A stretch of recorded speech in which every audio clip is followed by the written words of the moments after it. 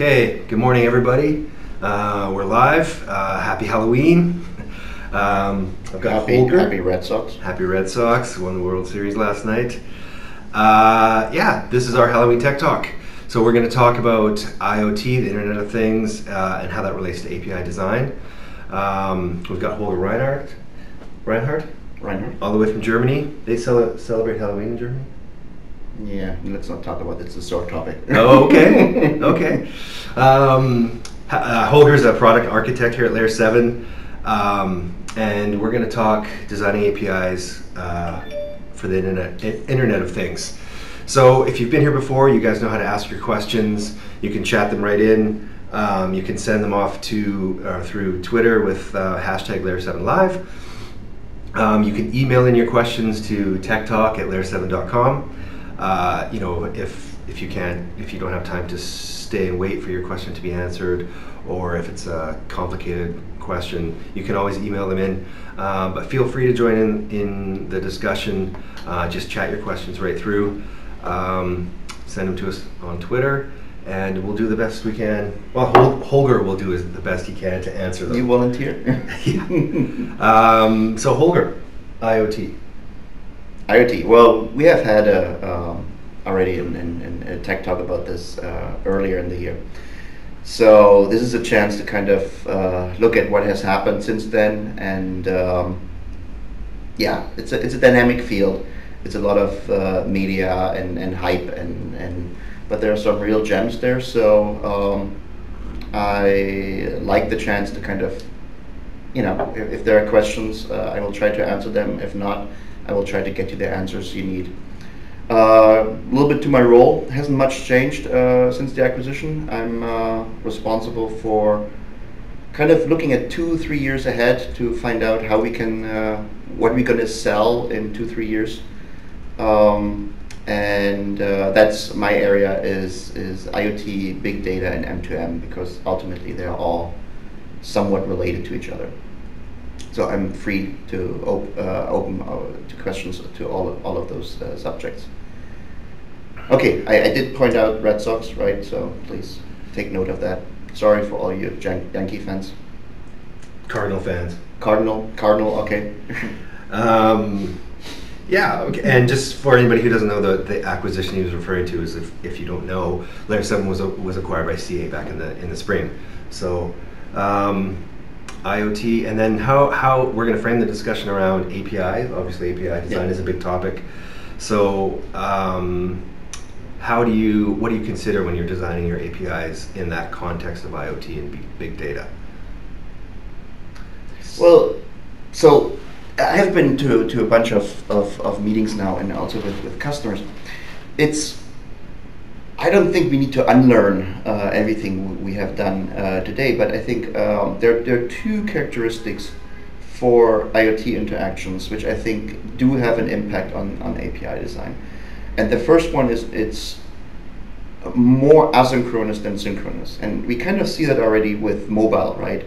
A lot of development, a lot of stuff went into push notifications for mobiles, and that's kind of like the initial, the initial wave of how do you react to events which happen outside of like a request and response pattern. And we'll see that with IoT or with connected devices. I mean, let's just use less of the hype words, use more of what we really see in the market, which is connected devices, connected doors, people always like the connected toaster, and but things are happening, and then when those things are happening to things, then those things tell us that these are happening, and they're happening out of context. They're happening. I cannot pull a thing to tell me what has happened. I have to rely on that the thing tells me that something happened. So, and anyone in the enterprise world, I think most of us in the enterprise world shouldn't be surprised, right? That's the ultimate difference between a pub/sub protocol like MQ or ActiveMQ and HTTP. So there's nothing new there, except you can't really run a full-blown queue or a client on a thing. So you have to look at something more lightweight, which replicates pops up functionality. So that's one part, and the other part is also something we have explored in other areas, which is presence. How do you know that something is there, which can be connected, which can give you something? So this whole idea of you switch on a toaster and it's there, or you walk into the door and something knows that you're there, and it's something we have had in chat applications for a long time, right?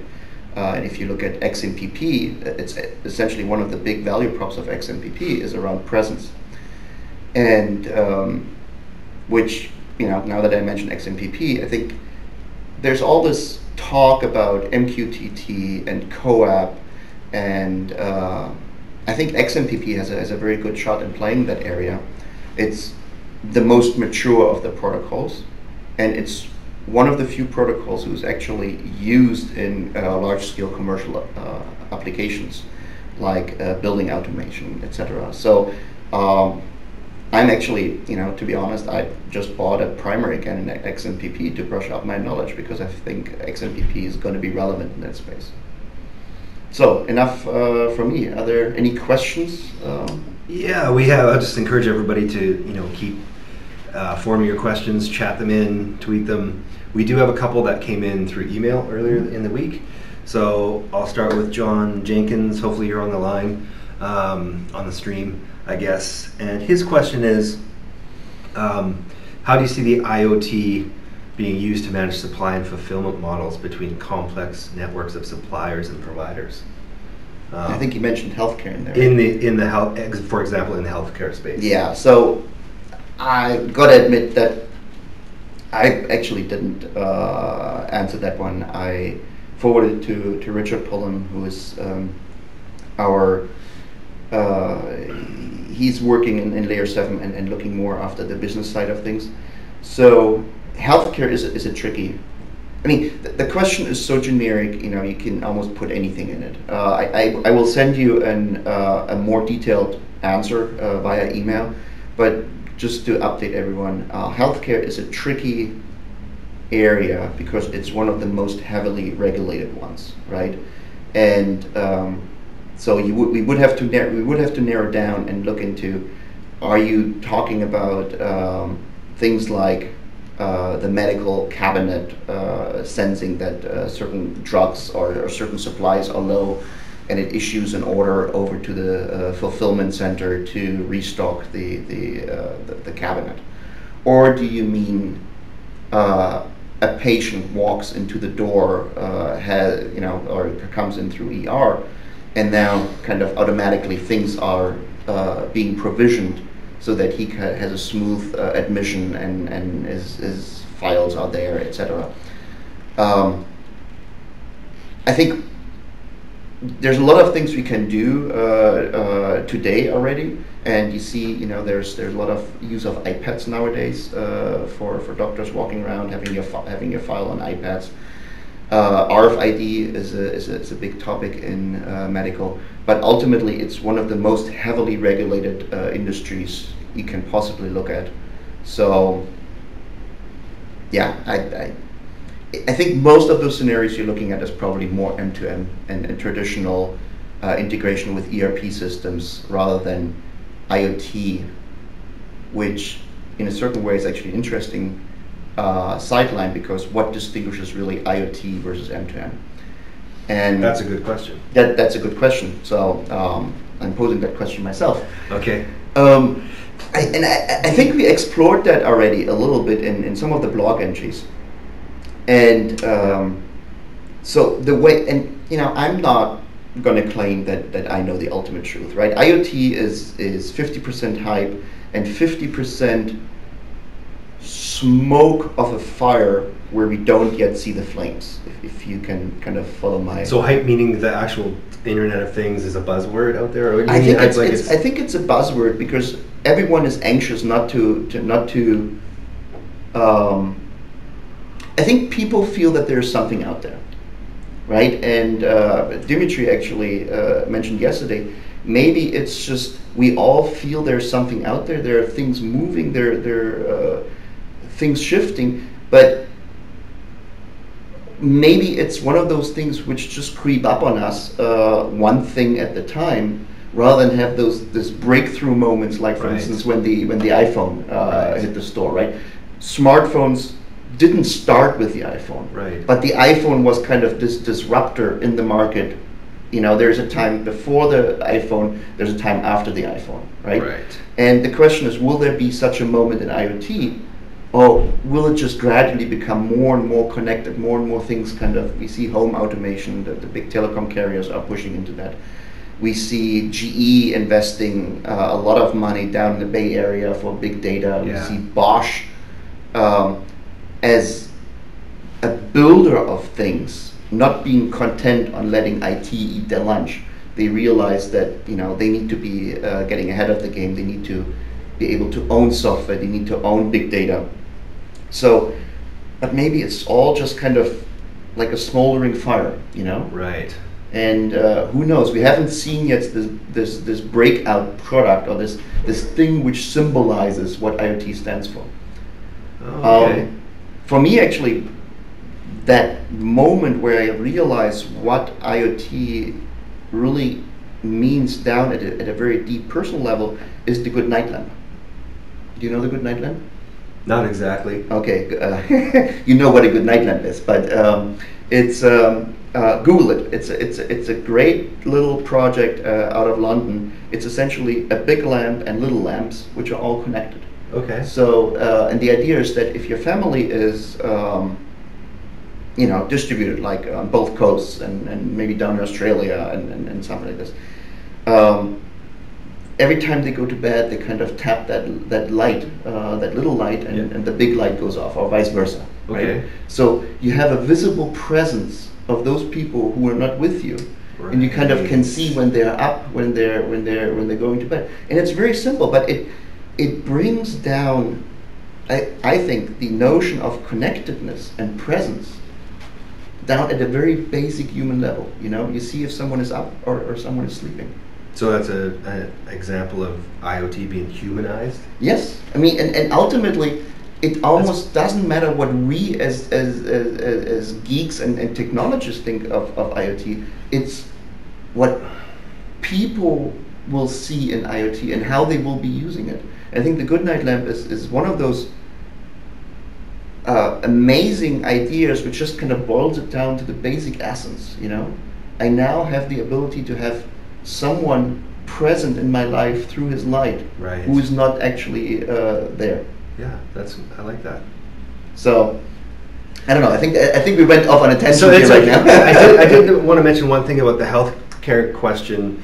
It seems to come up again and again. I was just curious why. 'Cause I think when we talked about it in May, last time we did our IoT talk, we had more than one healthcare question. Yes. Do you think that is because it's so heavily regulated? People have questions around it. It just seems to be one of the industries where IoT, it's at the front of all their concerns. I think it's an industry which is on everyone's minds, and I think which, because of government regulations, is also personal data, I suppose.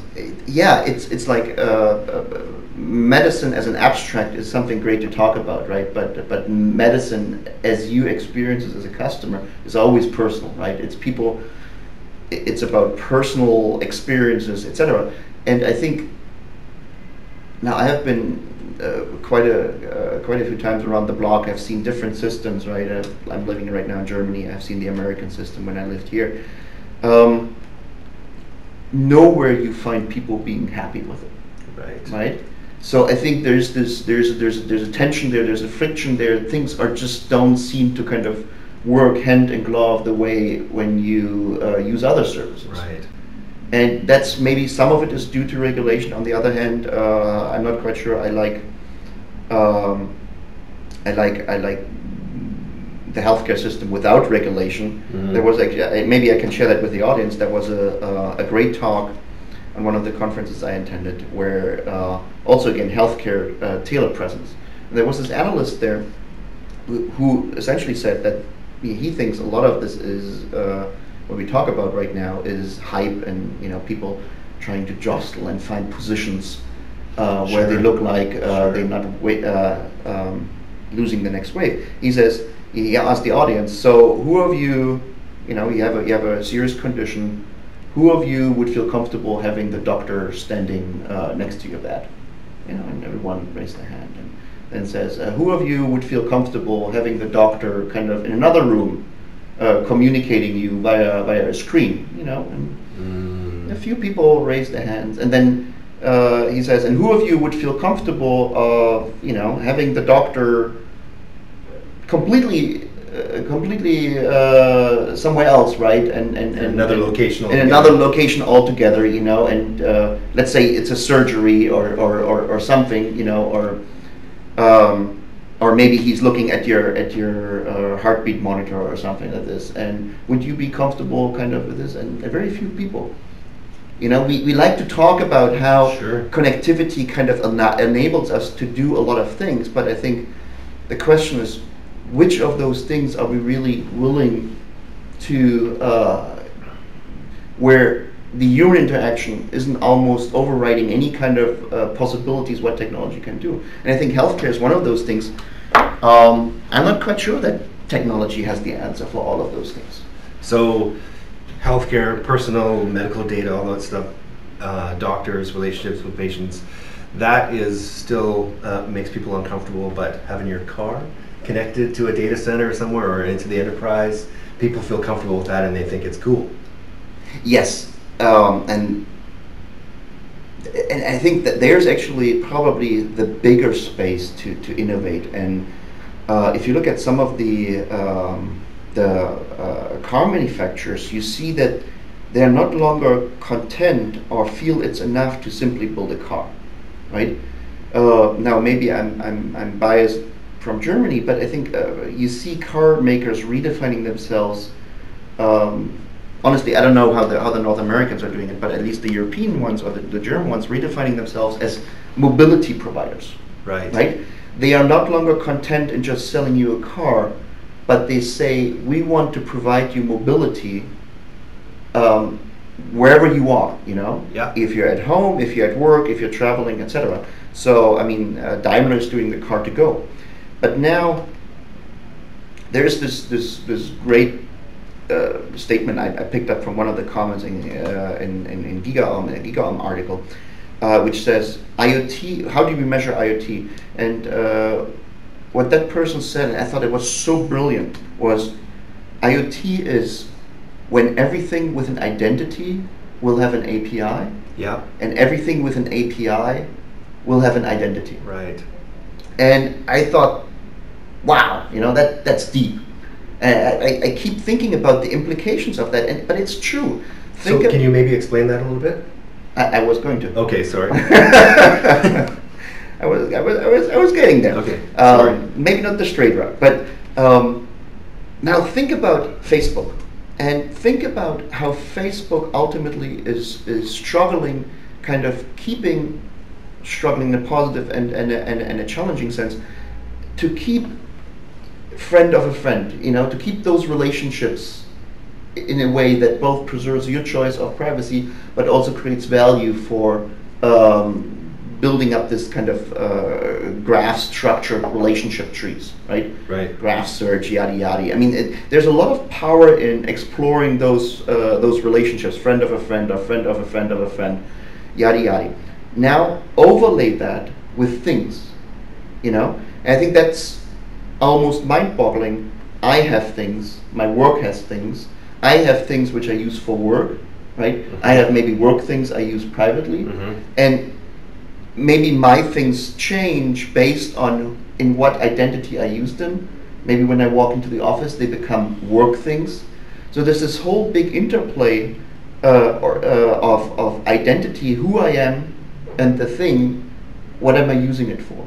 And so you can almost think like a much more massive graph overlaying the friend of a friend graph with friend of a thing graph. Wow. And now think about, right? Do you have a daughter? Do you have a son? I do. I've got one of each. One of each. Yes. Are they already in driving age? No, they're little. Lucky They're you. like No, but think about it, right? So now it always comes up, right? Daddy, Yeah. can you give me the car keys? Yeah. Right? I need to go X, Y, and Z. And maybe when you hand them the car key, you trust them. That's good. But maybe, it would be nice to say, and by the way, stay within that radius. Don't drive faster than a little bit slower than what Daddy would do Right. usually, etc. But by handing over the key, now she is having the car key, and now different rules apply to the things she can be using with that key. Right. Similarly, if you're a car manufacturer and you think about, okay, I have this customer. He bought a car, and he's using it, but now he's traveling.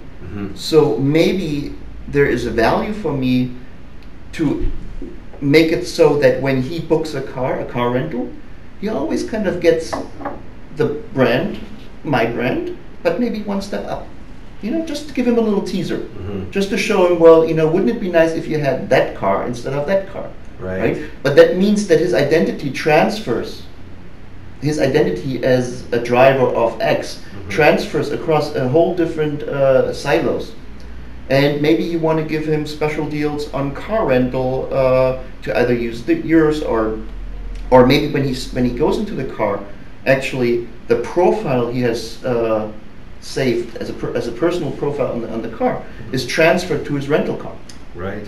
Right? Wouldn't that be a great service? That would be awesome for sure. But these are the things. And we can argue, is this M2M, is this IoT? Personally, we started out on that tangent. IoT for me is something horizontal. It spreads across different data silos. Whereas M2M, in my mind again, it's usually vertical. It's within one silo. Okay. But it makes total sense for someone who defines their job to provide you mobility to look at scenarios where your identity as a buyer of a car moves way beyond just driving that car, but also into, how you consume and use mobility in the largest possible sense. Wow, that's interesting, for sure. We haven't really talked about how you do the APIs doing that. Well, but, we have to lead into that at some point. I just wanted to mention too. It looks like John, the person who asked the healthcare question, is on the line. So I just wanted to say thanks for joining us, John, and hopefully we answered your question. Holger did say he will send you. I have a much more elaborate email I can send you, and also can put you in touch with Rich, who I think knows that vertical in particular well.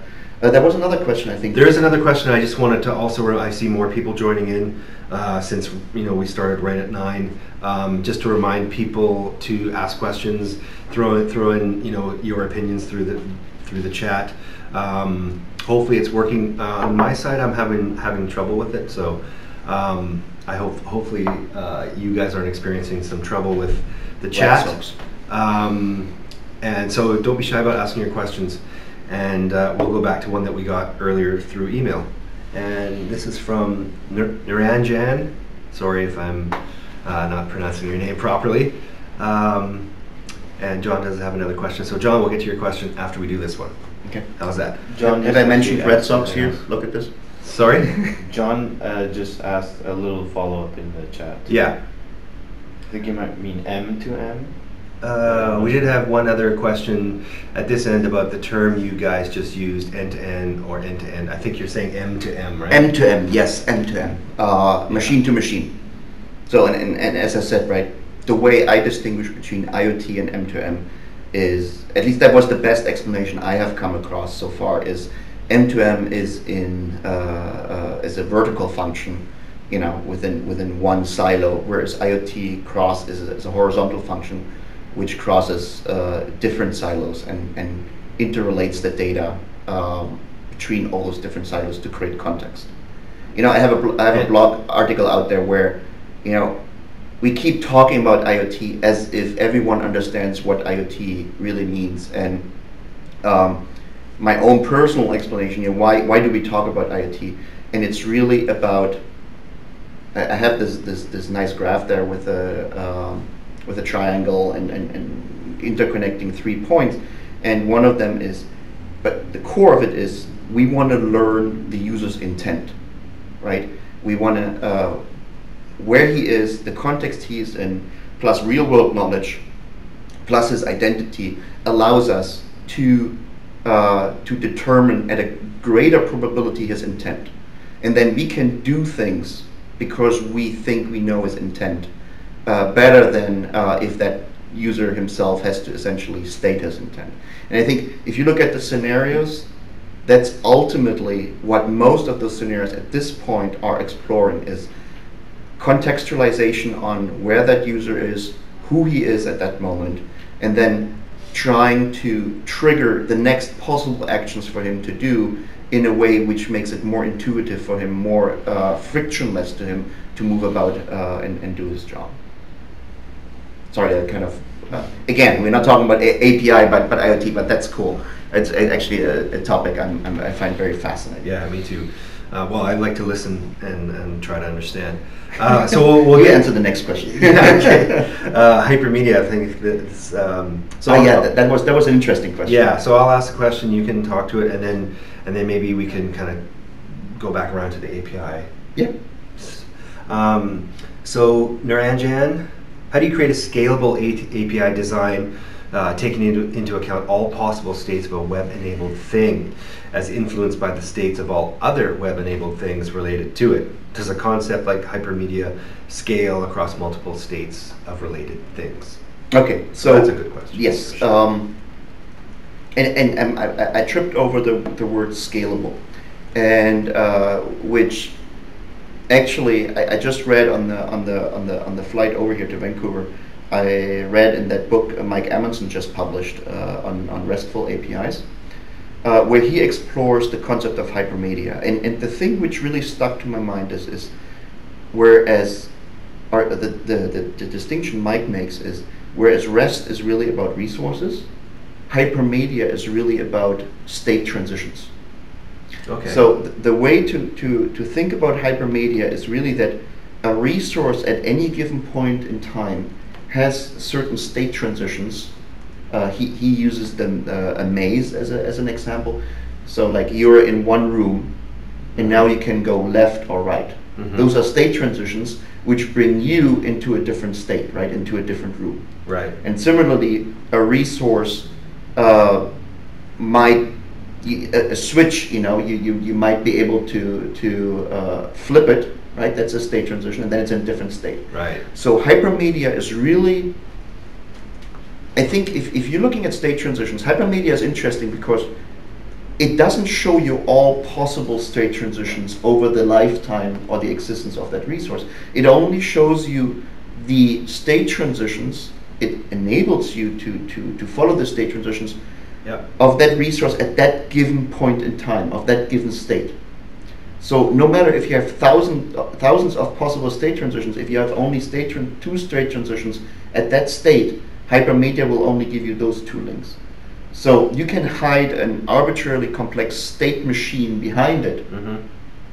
while keeping the API, and I think now we're actually getting closer to what we really wanted to talk about, while keeping the API constrained to just show me the state transitions from this state, so which are maybe two. Mm-hmm.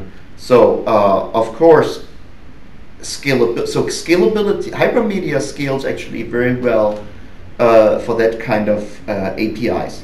Now, the real challenge, of course, is handling a state machine with thousands of state transitions. But that really is nothing the API. The API only helps the client to navigate those. It doesn't scale the backend, and you would have that scalability problem on the backend no matter what kind of technology or API you use. Right. So scalability really on the backend, but hypermedia in the on the API does allow you to give the client hints on what possible state transitions you have at that given point in time. Okay. I thought that was that was a very good question, because yeah. I think it kind of brought together also for me the difference between REST versus hypermedia, or REST and hypermedia. Great. So hopefully Niranjan is on the stream and you got your question answered. I also see through Twitter there's a user named Chuck. Could you send a link to that post? And I probably think he's referring. You just mentioned a Giga Ohm post, or maybe one of your blog posts. One of the blog posts about the intent of what IoT. So I will. Sure. So I can send you a link to Holger's blog post on the Layer 7 blog. Yeah. Yeah. Fair enough. No problem. And let me just go back to see if there's any other questions. Oh, good, Naranjan. Hopefully, I'm saying your name right. Any follow-up question to that? He was on the line. So okay. That's great. And we should probably just say we're sort of heading towards the end. We usually go half an hour, 45 minutes. So if you have any final thoughts, any final questions or comments, throw them in through the chat or through Twitter. The hashtag is Layer7Live. And maybe we could just sort of end up with a little bit of the API design in an IoT context discussion. Yeah. So, where should we start? So right now there's a. So let's recap where we started out actually, right? So I think when you look at IoT, it will be graph structure. And there's another blog where I kind of try to pin down the characteristics of an IoT applications. And one of them is it's graph structure, and we kind of explored that a little bit with the friend of a thing and friend of a thing. And which I find really, really fascinating. Thank you. I do. Then we have, it's event-based. And we looked a little bit, or we talked a little bit about the asynchronous nature of when things... The English language is a little bit challenging. Objects? Right? Object. No, well, no. When things are happening, when objects are happening. Oh, I see. When things are happening. Okay, sorry. I just have too many things in my sentences. Right. So when something is happening, it happens asynchronous. You can't just keep long polling and saying, did something happen, did something happen, did something happen, especially not if you have small constrained connected devices, right? They're just gonna drain the battery. Yeah. So also when we look at APIs, in that regard, I think we need to start looking at asynchronous APIs, and I kind of drew in the analogy that already today in the enterprise we have those, right? We have MQ, PubSub, ActiveMQ protocols versus HTTP request response style protocols. Right. So I think from an API design, I think we need to maybe relearn some of those PubSub lessons and see how they apply to what we have learned about RESTful API design today. Okay. And then we also talked about presence, right? That the ability to detect that something has maybe entered the realm, entered the state of connectivity versus it's gone again. So there are a bunch of protocols out there, and this is not different from the beginning of the internet. You know, when we had Gopher and all those other protocols, BBS, I remember back in the days. We had a lot of protocols, and then after 5-6 years, HTTP emerged and has remained with us since then. So right now you have the similar kind of zoo of MQTT of what are you laughing at? Zoo? the image of we have a similar kind of zoo. MQTT. We have CoAP, which is rapidly moving through the standards body, and we have. I actually just came across this STOMP, STOMP. It's a very interesting protocol. It's a text-based protocol, which also you can use to do binary data. It's very simple, very elegantly made. So one of my things on my to-do list is to really kind of get my hands dirty a little bit on using STOMP. You can Google it, you will find it. Sure. But what is interesting, so we have those new protocols which are kind of trying to chip away on HTTP and say, well, we are better designed, more efficient for constrained devices, for connected things. But then, the HTTP crowd is not lying down and there's a interesting work done. It's called Simple Thing Protocol. You can Google that, which tries to think about ways how you can use HTTP for PubSub style architectures or messaging. Mm-hmm. So Simple Thing Protocol. It's a very good website. They have a Simple Thing Sensor Protocol, a Simple Thing Protocol, it's at least interesting to see. And I think the challenge will be for anyone building something is which protocol to choose, because that's Sure. maybe Apple just has the magic on getting us to buy new iPhones every year, but I'm not quite sure that model is scalable, right? So you're not going to buy a new toaster every year. I mean, sure, Right. the toaster company would love that. The car companies, everyone would love to sell you new things. But there is, I think, a certain limit on how often you can replace things. So connected things have, I think, a much longer life than traditionally in our software-driven world. Right. And maybe you can update them, but I don't know. Having said that, so we talked a little bit about the protocols, right? The new challengers, but then HTTP trying to adapt. Now let's move to the client side, the thing side. You need to be very careful in designing an API for a client who's long-lived, because if you ever want to need to change your API, right? Talking about my previous life, right? We used to be very happy. We had a web service. We locked it down. We put schema validation on it. Yeah. Awesome. Except that when we wanted to change the API, add a new function or add a new field, suddenly we couldn't do it anymore because the schema wasn't extendable.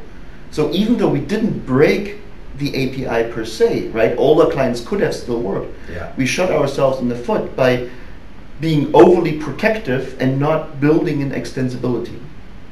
And that kind of stuck with me because it was very painful to extract ourselves from that trap. Right. And be able to innovate again without breaking all my installed customer base. And similarly, when you build a thing which is connected, think today about ways and designs on not being stuck on a design decision you made 5 years ago. Right? If you're in for the long haul, then you need to think today about that the client is intelligent enough such that if you suddenly add, a new resource or something, a new semantic to the protocol, that it doesn't break. Right. Because otherwise you're going to be stuck in a rut. Or you're going to support like a million different API versions to kind of maintain your existing customer base and the new customer base. And I think there, Hypermedia, you should at least look at Hypermedia. Because remember what I said, Hypermedia is about state transitions. So if you write the client such that it doesn't have baked in knowledge about what it should do next, but uses hints in the presentation of that resource to say, this is how I update it, this is how I delete it, right? Just to give 2 examples. So those links, those knowledge is not baked into the client, but come through the protocol semantic down into the client.